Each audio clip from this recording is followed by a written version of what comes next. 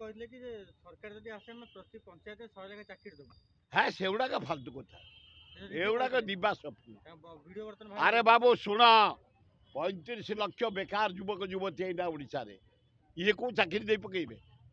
যদি কৃষির বিকাশ পাই আଜିକାଲି ଲୋକଙ୍କୁ 2 ଟଙ୍କିଆ ଚାଉଳ ଦେଇକି ନବୀନ ପଟ୍ଟନାୟକ ଓଡ଼ିଆ କରିଦେଇଛି।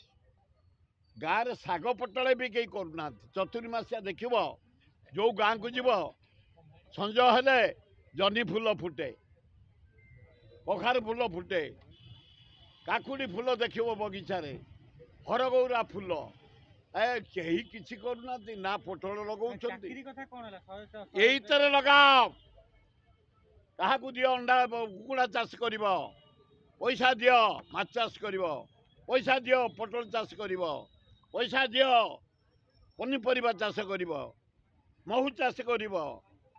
ତେଣୁ ଏକମାତ୍ର ଯଦି ଲୋକଙ୍କୁ ଏନଗେଜ୍ କରିହେବ କୃଷିରେ, ଏଗ୍ରିକଲଚରରେ, ଆଉ ଏ ନିଯୁକ୍ତି ଫୁଜି 100 ପ୍ରତି ପଞ୍ଚାୟତରେ ସ୍ୱପ୍ନ, ଏଗୁଡ଼ା ଦିବା ସ୍ୱପ୍ନ।